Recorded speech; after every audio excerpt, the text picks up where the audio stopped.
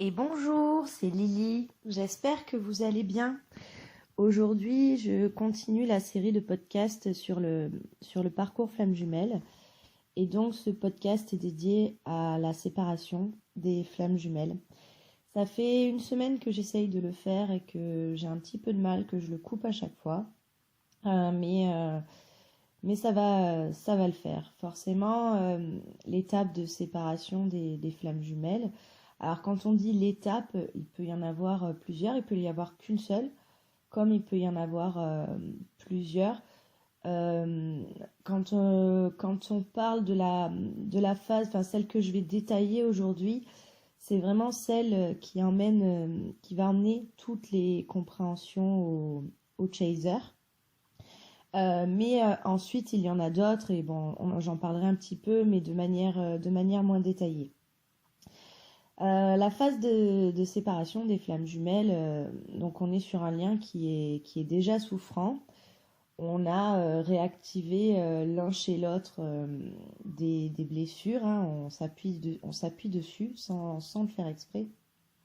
C'est vraiment parce qu'on est le miroir l'un de l'autre que tout ressort, c'est-à-dire que le comportement de l'un appuie sur la blessure de l'autre et vice versa.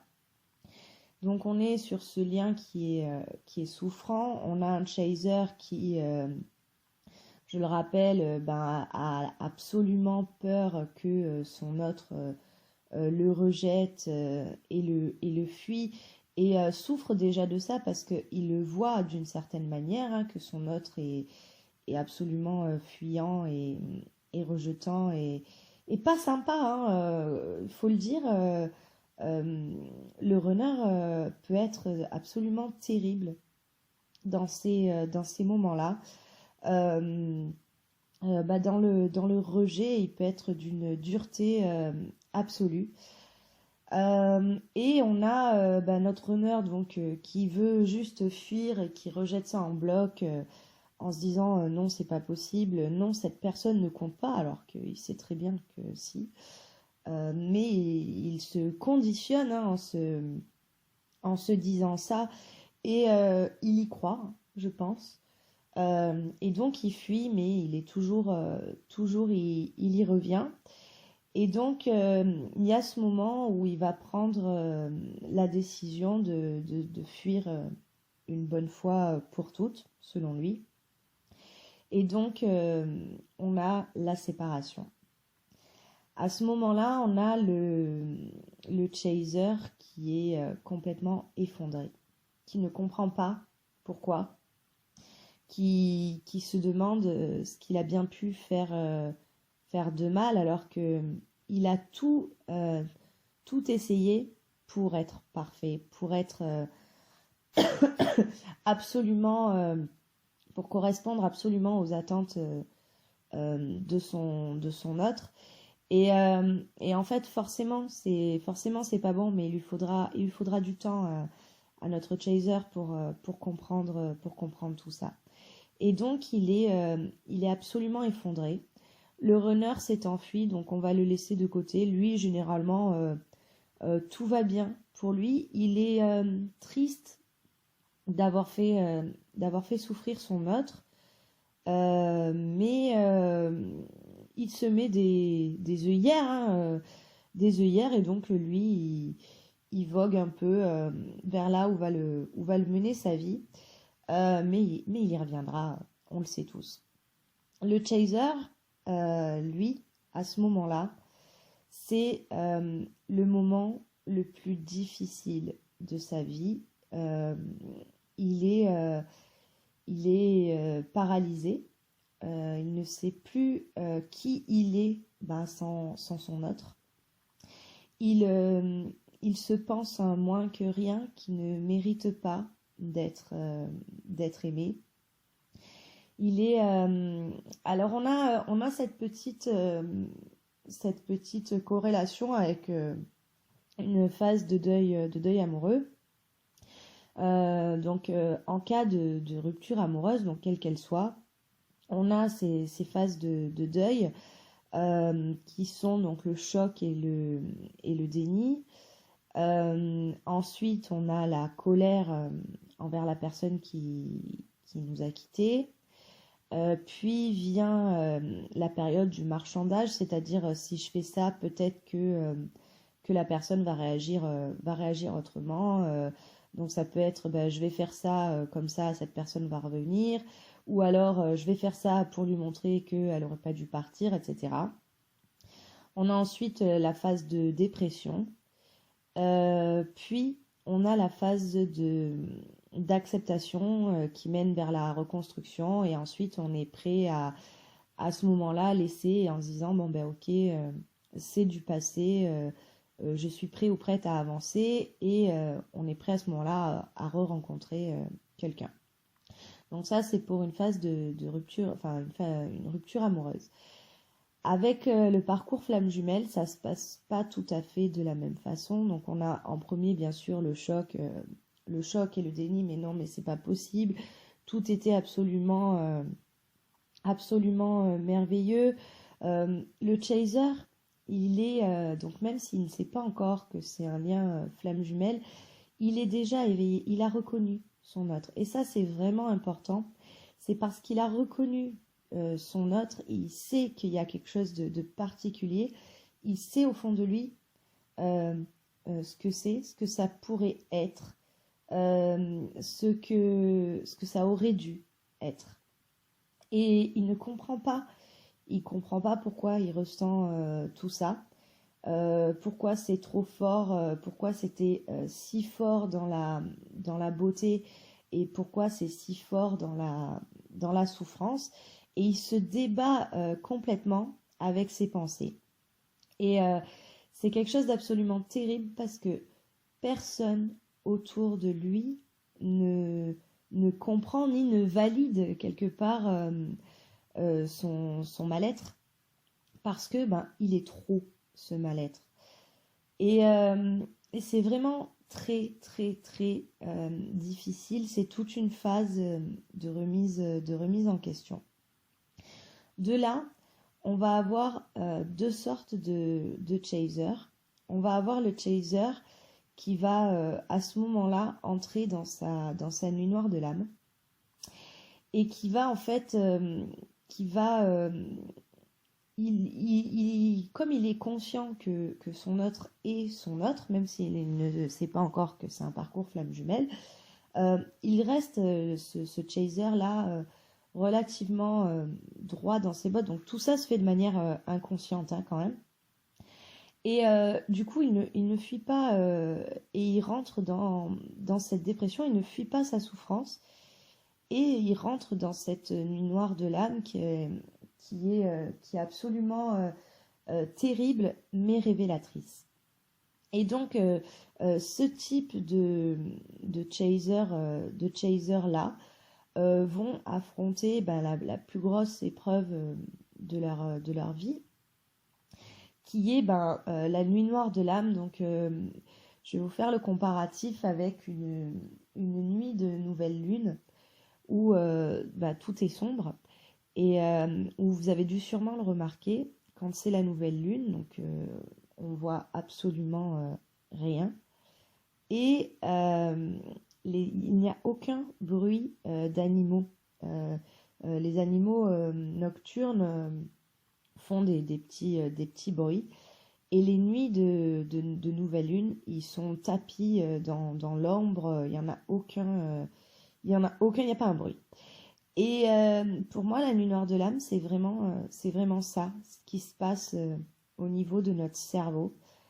On est dans le noir le plus complet, on se sent mal, tout est silencieux et pour moi, vraiment, il n'y a rien de plus déchirant que le silence quand on est dans ce mal-être là.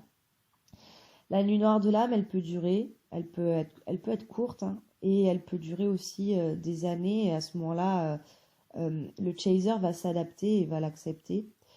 Et puis vient ce moment où il va commencer à sortir de là. Il va avoir des compréhensions. Il va avoir peut-être des révélations et en fait, le chaser va se mettre dans l'action, dans le plus profond de sa souffrance. Il s'est trouvé lui. Et petit à petit, il va commencer sa reconstruction. Il pense toujours à son autre, hein, bien sûr, c'est quelque chose qui est absolu. Mais il va commencer à avancer tout doucement pour lui. Et vraiment tout doucement. Et à ce moment-là, il va quand même se rendre compte que c'est pas normal ce qu'il a vécu, euh, cet effet de trop souffrir, de trop aimer, de ne pas arriver à oublier, etc. Il va se dire, bon là, il y a quelque chose, pourquoi est-ce que je continue à penser à cette autre personne? Pourquoi est-ce que je suis toujours plein d'amour pour cette personne malgré la souffrance que j'ai ressentie? Et généralement, c'est à ce moment-là que du fait qu'il ait commencé un petit peu à se reconstruire et généralement c'est là aussi où l'éveil spirituel se met en place s'il n'était pas déjà éveillé. Et ça fait comme l'effet domino, c'est-à-dire qu'on balance un domino et là vous savez vous avez tous les dominos qui vont se déplacer et qui vont faire ce magnifique dessin. Et en fait, c'est vraiment ça qui se passe à ce moment-là. Et il a cet éveil spirituel parce qu'il a retrouvé la force en lui et qu'il s'est retrouvé. Et cet éveil spirituel va le mener au terme flamme jumelle. Et là, ça va être la révélation. Donc ça, on en parlera plus tard. Donc ça, c'est le premier type de chaser, le premier comportement type de chaser. Donc c'est celui qui a embrassé complètement sa souffrance. Maintenant, je vais vous parler du deuxième type de chaser, qui est un chaser qui va tout faire pour fuir cette souffrance, pour ne pas la montrer. C'est un chaser qui est très contrôlant, donc tous les chasers ont ce petit côté contrôlant. Mais ce type de chaser-là est vraiment très, très, très contrôlant. Et en fait, donc il a été donc abandonné par son autre. Il est dans une souffrance qui est absolue, hein, parce que c'est vraiment ce moment-là, bon, moi même s'il est très loin, c'était une souffrance totale. Et ce chaser-là, il va fuir, donc il va se mettre un petit peu en mode runner, hein. Pour moi, c'est un switch hein, qui se passe à ce moment-là. Et donc notre ami runner, on ne sait toujours pas ce qu'il devient hein, à ce moment-là, mais on continue à penser à lui. Et en fait, le chaser, donc, il switch et il adopte un petit peu le comportement runner, c'est-à-dire qu'il va fuir et rejeter sa souffrance. Et là, il y a une espèce de mécanique qui se met en place au niveau du cerveau. Et il va mettre des barrières, il va construire des barrières tout autour de lui. Et il va se raccrocher à tout ce qui peut se raccrocher pour essayer d'oublier sa souffrance. Donc il va avoir des comportements pour moi, c'est un chaser qui est dans la dépendance affective totale et qui va essayer de chercher ailleurs ce que son runner ne lui donne plus ou ne lui donne pas. Moi, pour mon parcours, j'ai été ce type-là de chaser. Et donc, j'ai fui ce lien. Donc je ne savais toujours pas hein, ce que c'était. Et en fait, le chaser va construire sa vie, manipuler sa vie manipuler ses pensées. En tout cas, il va essayer de manipuler ses pensées et de se sortir la tête de l'eau. Et à ce moment-là, pour ces chasers-là, donc la nuit noire de l'âme ne s'enclenche pas tout de suite, parce que du coup, il a trouvé une espèce de parade pour oublier sa douleur. Et il est content parce qu'il se dit que ça fonctionne. Mais au fond de lui, il sait qu'il pense toujours à son autre. Et il ne comprend pas pourquoi. Et il repousse ça de toutes ses forces en disant il faut que j'arrête, c'est pas normal, il faut que j'arrête. Il faut que j'arrête de souffrir, il faut que j'arrête, il faut que j'arrête, il faut que j'arrête.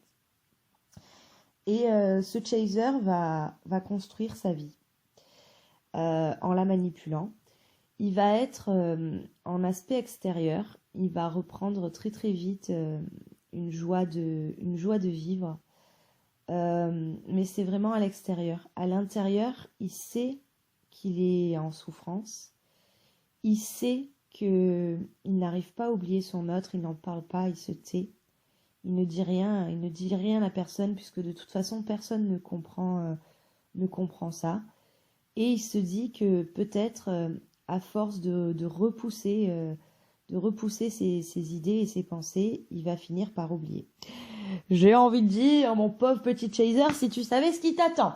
Mais bon, c'est pas grave. Donc voilà, ce chaser-là construit sa vie en la manipulant, en contrôlant absolument tout l'aspect extérieur et en contrôlant toutes ses pensées.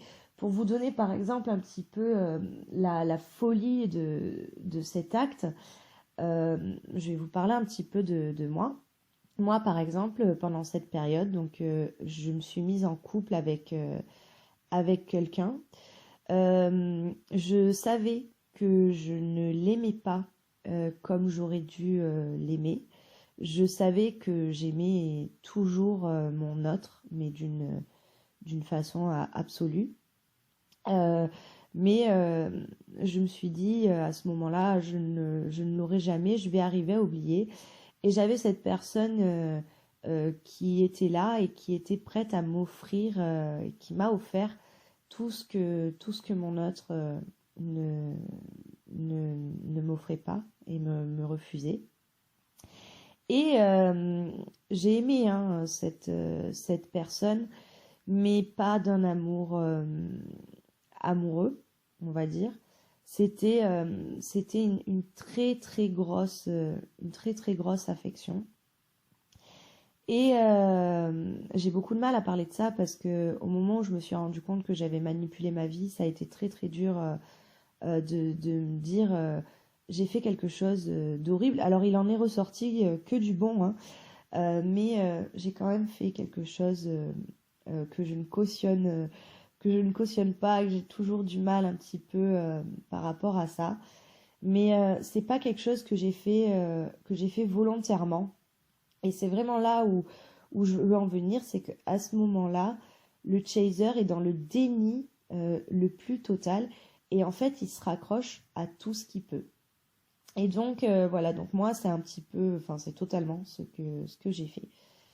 Notre chaser qui construit sa vie va avoir des moments j'appelle ça de bad, le bad mood absolu, où en fait tout en lui crie non, tu te trompes de chemin, tu n'es pas là où tu devrais être. Et ce chaser n'écoute pas.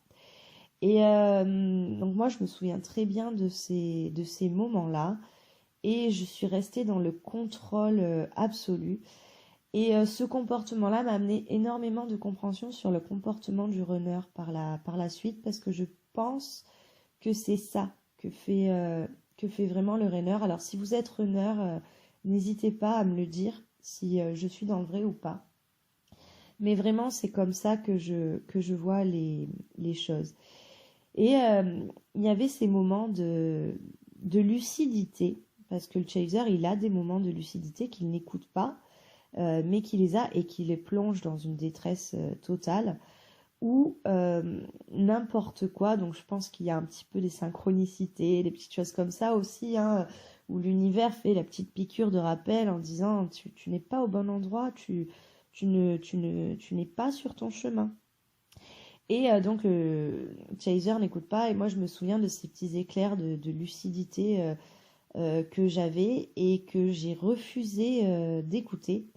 Et petit à petit, je sais par exemple que je me suis coupée de musique. Je n'écoutais plus aucune musique ni chanson parce que chaque chanson que j'entendais me faisait penser à mon autre, et je refusais d'y penser. Et j'ai été même jusqu'à arrêter de lire, alors que lire c'était ma passion totale. Parce qu'un jour, en lisant un nouveau roman qui me plaisait beaucoup, je suis tombée sur un passage qui m'a qui m'a rappelé un souvenir avec mon autre. Et là, je me suis effondrée, et il m'a fallu plusieurs jours pour me remettre de ça. Alors que dans ma tête, je n'avais pas le droit, puisque j'étais en couple avec quelqu'un et que j'étais heureuse euh, par bien des aspects, quoi. Et voilà, donc pour vous dire à quel point le contrôle peut être total dans ces moments-là. Et forcément, ce chaser qui est contrôlant va être rattrapé. Et il va avoir sa nuit noire de l'âme aussi, qui va être d'autant plus violente qu'il l'a repoussée. Et au moment où il ne comprend pas ce qui lui arrive, puisqu'il a tout fait pour être heureux. Il a tout bien fait les choses pour que tout se passe bien, et il ne comprend pas. Et c'est terrible parce que ça arrive du jour au lendemain. Et moi, par exemple, ça a commencé par d'un coup une peur de mourir dans les 5 minutes. Et cette peur ne m'a pas quittée pendant 8 mois. C'était une crise d'angoisse perpétuelle. Et ça m'a forcément menée à la dépression, puisque je luttais de toutes mes forces pour ne pas m'endormir, parce que je pensais que si je m'endormais, j'allais mourir. Euh, et le matin, je me souviens de tous ces matins où je me suis réveillée en étant étonnée d'être en vie. Je ne comprenais pas. J'étais plus en accord du tout avec moi-même. J'avais l'impression que j'étais dans un monde complètement noir. J'avais peur de mourir vraiment, et, euh, et j'avais la sensation que ça allait arriver, que j'allais vraiment mourir dans les 5 minutes. S'en est suivi une grosse, grosse, grosse dépression. Et, euh, et de là, donc là, ben, on a encore deux embranchements. On a soit le chaser qui comprend et qui se relève et qui se reconstruit et qui est, et là à se rendre compte que il n'est pas seul, qu'il est guidé, et qui apprend que son lien avec son hôte, c'est un lien d'âme, etc. Et donc qui a cet éveil spirituel. Et on a le chaser qui va rester dans le contrôle le plus total, et qui va encore refuser les signes qu'on lui donne. Moi, j'ai été bien sûr ce chaser-là, très très très très très contrôlant. Et donc, quand je suis sortie de ma dépression, je me suis rendu compte, j'ai eu cet éclair de lucidité. Donc cela faisait 4 ans que je n'avais pas vu mon autre. Que je n'avais que peu de contact Non, j'en avais pas du tout. D'ailleurs, voilà, on était amis sur les réseaux sociaux et c'est tout, mais on ne se parlait pas. Et en fait, à ce moment-là, je l'ai contacté. Et je lui ai dit, écoute, voilà, je suis en couple depuis 3 ans. Euh, j'aime mon compagnon, mais pas comme je devrais l'être. Euh, je t'aime, je t'aime toujours, je t'ai toujours aimé, je n'arrive pas à t'oublier, j'ai beau faire, je n'arrive pas à t'oublier, c'est toi. Et là, en fait, je souhaitais quitter mon compagnon. Et, euh, et j'ai pensé que mon autre allait me rejeter, j'attendais ça, qu'il me rejette comme il avait toujours fait. Et là, mon autre n'a pas été dans le rejet, bien au contraire. Et, euh, et on a entamé une discussion, on a eu cette phase de reconnexion qui était absolument magique. On a beaucoup discuté et je lui ai dit, mais tu ne voulais pas de moi. Tu n'as pas voulu de moi. Et là, il m'a dit qu'il était prêt et qu'il voulait de moi. Et moi, en comportement, donc là, vous voyez bien qu'on avait bien switché. Le comportement que j'ai eu, c'est que j'ai eu tellement peur de retourner dans la souffrance absolue que je venais de traverser pendant des années, hein, que j'ai préféré faire marche arrière et que je suis restée avec mon compagnon. Et, euh, et on s'est dit avec mon autre, peut-être on se retrouvera plus tard. Et c'est très compliqué. C'est très compliqué parce que ce choix-là, je l'ai porté comme un poids après. J'ai continué ma vie. Je suis restée dans la souffrance à partir de là. Pour moi, j'étais toujours dans la nuit noire de l'âme. Mais c'était comme si j'avais choisi d'y rester. Et, euh, je faisais tout pour embellir ma vie. Par exemple, c'est comme si vous touchez le fond, vous savez que vous êtes au fond, et au lieu de remonter, vous vous dites, bah tiens, c'est plutôt joli par ici, je vais mettre des rideaux, je vais meubler ça, ça va être confortable.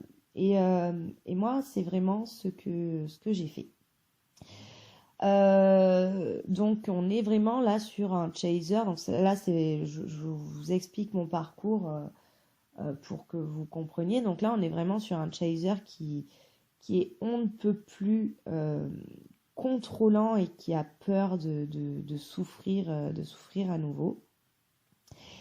Et là, j'ai continué ma vie avec mon compagnon. Et puis j'ai eu un enfant qui est ma lumière absolue et qui pour moi est un cadeau de l'univers. Je prends vraiment les choses comme ça. Je pense que on est guidé, mais on a notre libre arbitre. Et ça, je trouve que c'est très important, autant pour le chaser que pour le runner, de savoir que même si on est guidé, même si on est un lien d'âme, même si on a choisi de se réunir à notre autre et de passer par toutes ces épreuves pour y arriver, on a notre libre arbitre. Et moi, j'en ai eu pleinement la mesure, hein, du coup, parce que je n'étais pas sur le bon chemin, mais j'ai décidé de rester sur ce chemin-là. Et là, quand je repense à ces moments-là, je me dis, bah, à ce moment-là, l'univers a dû se dire, bon, bah, ok, cocotte, reste sur ton chemin, t'es pas prête, t'as besoin d'un petit coup de pouce supplémentaire. Et pour moi, mon cadeau de l'univers, ça a été mon enfant. Alors après, à côté de ça, les foudres karmiques, croyez-moi, j'en ai eu aussi et j'ai payé le prix de tout ça. Mais ça, on en parlera sur un autre podcast. Et donc, j'ai eu ma lumière. Et cette lumière, cet enfant, c'est ce qui m'a guidée tout doucement. Il m'a fallu encore 5 ans pour être guidée euh, pas à pas. C'est-à-dire que pour cet enfant, ben, comme tous les parents, j'ai voulu donner le meilleur de moi-même. Donc j'ai été obligée de me reconstruire et j'ai été obligée d'ouvrir les yeux sur ce qui n'allait pas chez moi. Et petit à petit, j'ai commencé à guérir des blessures. Et la nuit noire de l'âme, elle s'est terminée pour moi au moment où j'ai eu cette espèce de lucidité de me dire je ne suis pas sur le bon chemin. Ça a été un choc à ce moment-là. J'ai ouvert les yeux et j'ai vécu une tempête et un tsunami absolu parce que bah, forcément quand on est dans le contrôle le plus total, quand on a manipulé sa vie et quand on a manipulé ses pensées, bah, vous imaginez une cocotte sur laquelle on a mis un couvercle. Et on l'entend cette cocotte, elle fait du bruit, on entend l'eau qui bouillonne à l'intérieur, qui tape, on refuse de l'écouter. Croyez-moi, au moment où le couvercle saute, là, ça fait très mal, mais c'est nécessaire. Et donc là, si vous voulez, donc là, tous les parcours de chaser que je vous ai décrits donc, se rejoignent. On en est au moment de ce que j'appelle le rappel du chaser dans le lien, où le chaser, donc quel que soit le type de chaser, on a passé, que ce soit le très très contrôlant, enfin quel que soit le chemin qu'on ait pris en tant que chaser, on a ce moment où on se reconstruit, où on s'écoute. Et pour moi, l'important, il est vraiment là, c'est que après la nuit noire de l'âme, vient ce moment où en fait, on a tellement la maîtrise du silence en nous, de la nuit noire de l'âme, que petit à petit, on commence à écouter ce qui se passe à l'intérieur de nous. Et on commence à écouter aussi, je pense, notre guidance. Et à ce moment-là, on a donc ce que je vous disais tout à l'heure, l'éveil spirituel qui se met en place si ce n'était pas déjà fait. Et là, on a le terme flamme jumelle qui vient se poser sur notre lien. Et là, c'est la révélation. C'est une tempête émotionnelle. C'est-à-dire que non, on n'est pas fou. Non, il y a bien quelque chose. Oui, on ressent notre autre et c'est pas quelque chose on a inventé. Oui, c'est un lien d'amour absolu. Et là, on a tout en fait qui prend un sens. Et à partir de là, pour moi, le chaser devient une autre personne. C'est-à-dire qu'il n'est pas complet, il n'est pas accompli, mais il a déjà fait un travail de dingue.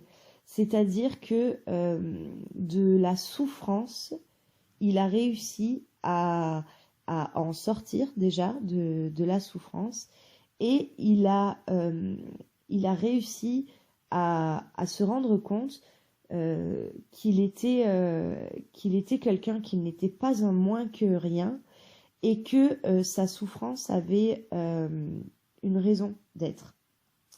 Et à partir de là, le chaser va entamer un travail en pleine conscience. Tout ce qu'il avait fait jusque-là était fait de manière absolument inconsciente. Et à partir du moment où il sait que c'est sa flamme jumelle, qu'il est sur un parcours, qu'il s'est renseigné à ce moment-là, à partir de là, le travail se fait en conscience. Et ça devient de plus en plus magique. Et on passe d'une période qui était noire à une période où en fait le chaser entre dans la lumière à ce moment-là. Je vais arrêter le podcast là sur la phase de séparation. Je pense qu'il est bien long en plus. Et puis on reprendra le prochain. Ça sera sur le travail du chaser à ce moment-là et la phase de retrouvailles après. J'espère que ça vous a plu. N'hésitez pas si vous avez des questions ou si vous avez aussi vos propres témoignages, parce que c'est tellement intéressant de voir les parcours des uns et des autres, parce que même s'il y a un tronçon commun, il y a vraiment chaque histoire a ses propres ses propres étapes et c'est merveilleux de pouvoir voir le travail accompli par les autres aussi. Je vous dis à bientôt.